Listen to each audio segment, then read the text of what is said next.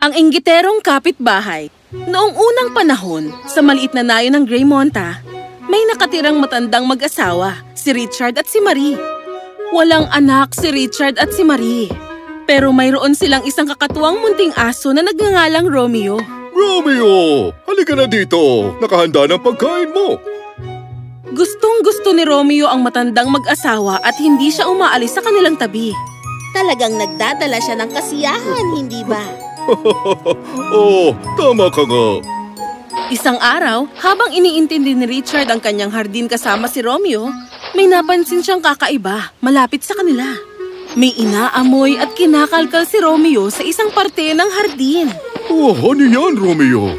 Dali-daling tumakbo si Romeo sa kanyang amo habang tumatahol na malakas at tumakbo pabalik kung saan siya nagkakalkal.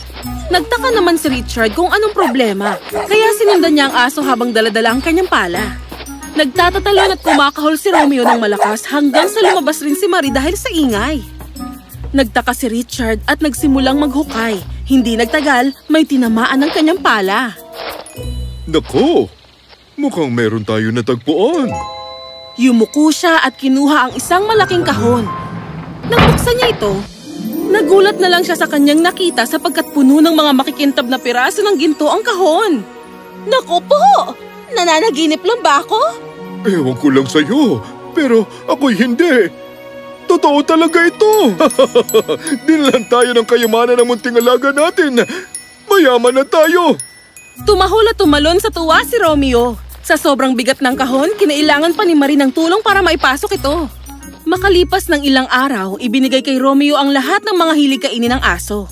At ang kutsyon na kanyang hinihigaan ay pang-prinsipe. Masayang-masaya si Romeo sa kanyang oras. Hanggang isang araw, nadiskubre ni Russo, ang inggiterong kapitbahay, ang tungkol sa kayamanan ni Richard at Marie. At nagplano siyang pataksil na hulihin si Romeo. Kailangan kong makuha ang aso na ito. Mamayang gabi, habang natutulog ang mag-asawa, papainan ko ang aso gamit ang biskwit para mahuli ko siya. At tulad ng plano niya, dahan-dahang pinasok ni Russo ang bahay ng matandang mag-asawa nung gabi. Mahimbing na natutulog si Richard at si Marie, at si munting Romeo naman ay naglalaro ng bola nung bumukas ang pintuan. Pagtingin ni Romeo, nakita niya ang masarap na biskwit sa may pintuan. Tumalon siya at tumakbo papunta sa pintuan. Agad-agad niyang pinulot ang biskwit gamit ang kanyang bibig, at masayang nginuya ito. Pero hindi alam ng kawawang aso na may nakahalong pampatulog ang biskwit. Pagkakain niya rito, bumagsak siya sa sahig at nawala ng malay. Akin na ngayon ang aso na ito. Habang sinasabi niya yun, binuhat niya si munting Romeo at siya'y nawala sa kadiliman ng gabi. Kinabukasan, nang magising na si Richard at Marie, napansin nilang nawawala si Romeo sa bahay. Nagsimula silang hanapin siya. Oh, Romeo! Romeo! Nasaan ka, Romeo? Nasaan na ang aking pinakamamahal na alaga? Pero hindi nila makita si Romeo kahit saan. Habang hinahanap nila si Romeo sa hardin, tumawag sa kanila si Russo mula sa kabilang bakod. Oh, anong nangyari mga kapitbahay? Bakit ang lungkot yata ng mga itsura ninyo? Russo, hindi namin mahanap ang aming munting aso. Nakita mo ba siya? Hindi ko siya nakita.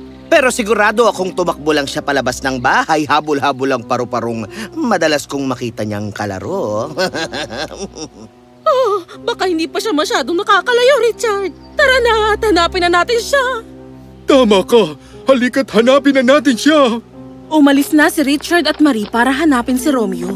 Nakita niya ito bilang magandang pagkakataon, kaya pumasok agad si Russo sa kanyang bahay at inilabas si Romeo. Salbahe kang aso ka. Pinahirapan mo ko buong magdamag. Ngayon, para may pakinabang ka, tulungan mo akong maghanap ng mga kayamanan sa aking hardin. Ibinaba niya si Romeo, ngunit hindi niya binitawan ng tali. Wag na wag mong iisipin na pwede kang makatakas sa akin. Nagsimulang maghanap ang kawawang si Romeo. Agad-agad naman siyang tumigil sa isang bahagi at nagsimulang tumahol. Magaling na aso. Sana lang ay mas malaking kayamanan to kaysa sa nakuha ni Richard.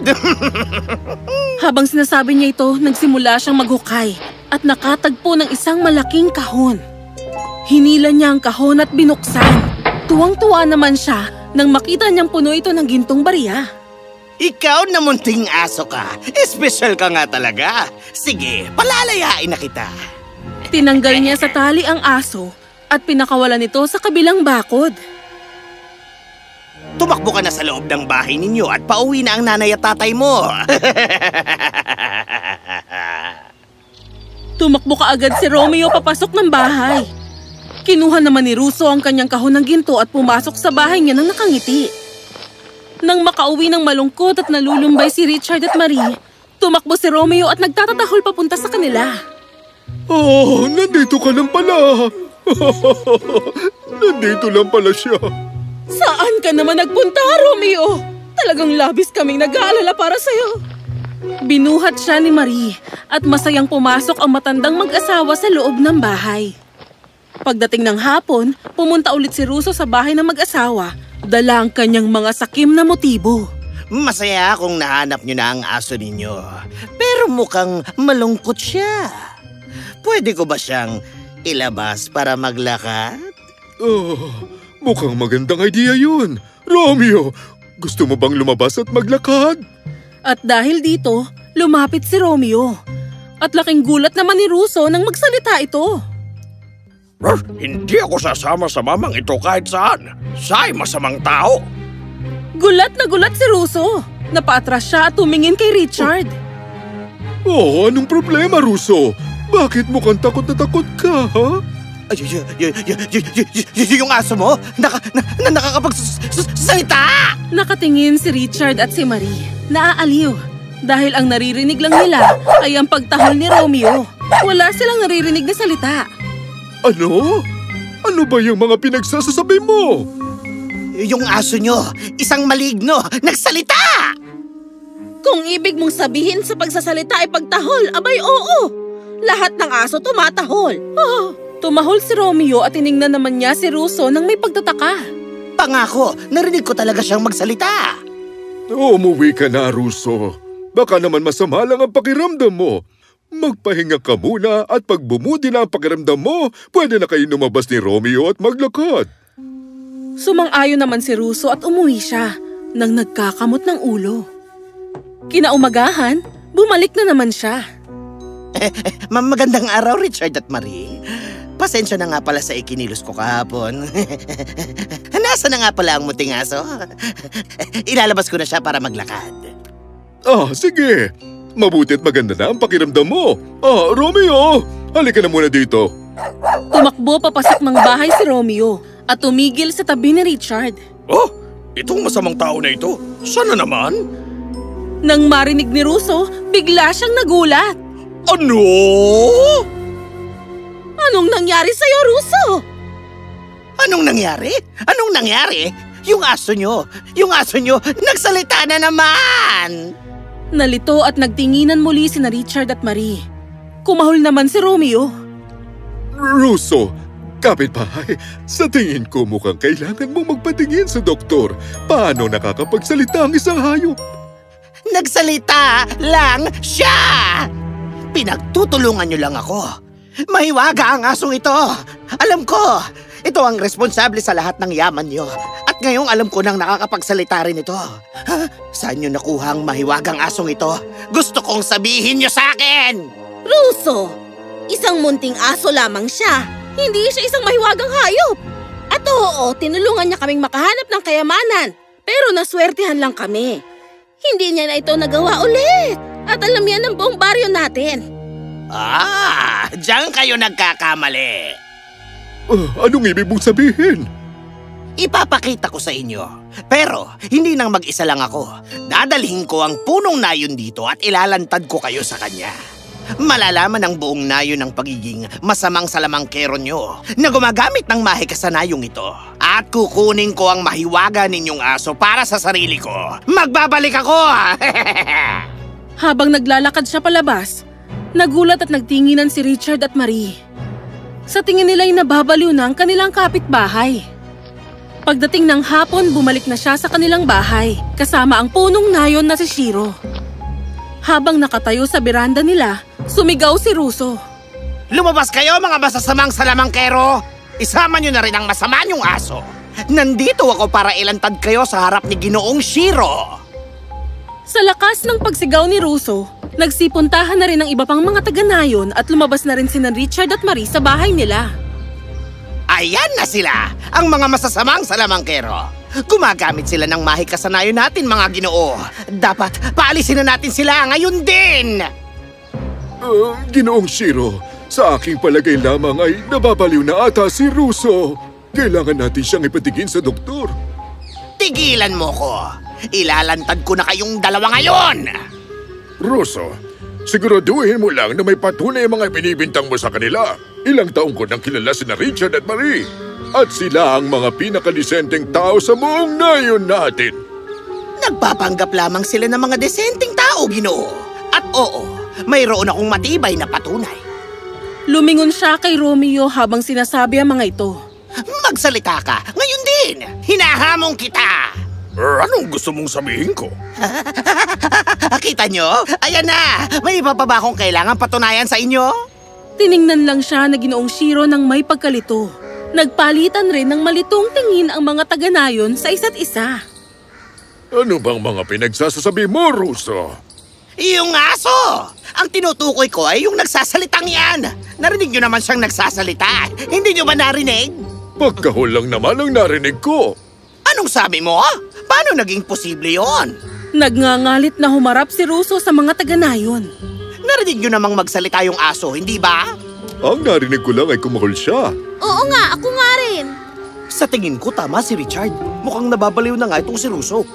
Hindi! Hindi ako baliw. Tinulungan ako ng asong ito na makahanap ng kayamanan. Mahiwagang aso ito! Alam na naming lahat yun. Pero yun ay isang pagkakataon lamang at napakalakas lang ng pangamoy ng isang aso. Ganun ba ang sa tingin mo? Nagpatuloy si Russo sa pagpapaliwanag tungkol sa kung papaano niya hinuli si Romeo at pinaghanap ng kahong puno ng ginto sa kanyang hardin. Ano? Dinakip mo ang aking munting aso? Ikaw ang gumawa noon? Hindi ang katanggap-tanggap, Russo. Ipatatalsik na kita palabas ng nayon. Wag muna, Ginoong Punong Nayon.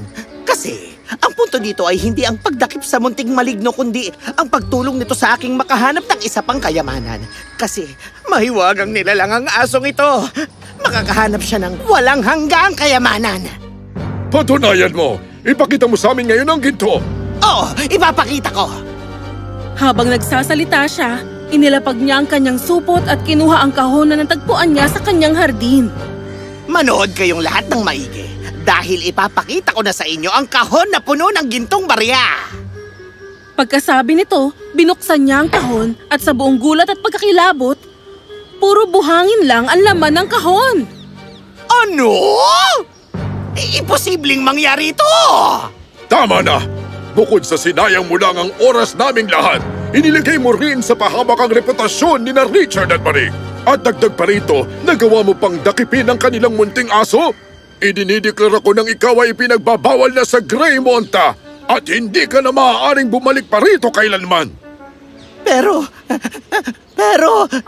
Huwag ka nang magsalita pa! Mag-impake ka na ngayon at umalis ka na! Kung hindi, mapipilitan akong tawagin ng mga gwardya! Umalis na si Russo at napahiya ng husto. Lumapit si Ginoong Shiro kina Richard at Marie. Pasensya na kayo sa mga hindi magagandang kilos na ito. Pero huwag na kayo mag-alala dahil hindi namang gagampala si Russo sa inyo o kahit sino pa man sa nayong ito. Sisiguraduhin kong ipapadala siya sa malayong lugar. Maraming salamat, Ginoong Shiro. Ang iyong pamumuno ay napapanatili ang kaligtasan ng aming lahat. Ngumiti si Ginoong Shiro at bumaba para tapikin si Romeo sa kanyang ulo. Talagang nakakatuwang aso. Paano nagkaroon ng taong naniniwala na gumagamit dito ng mahika?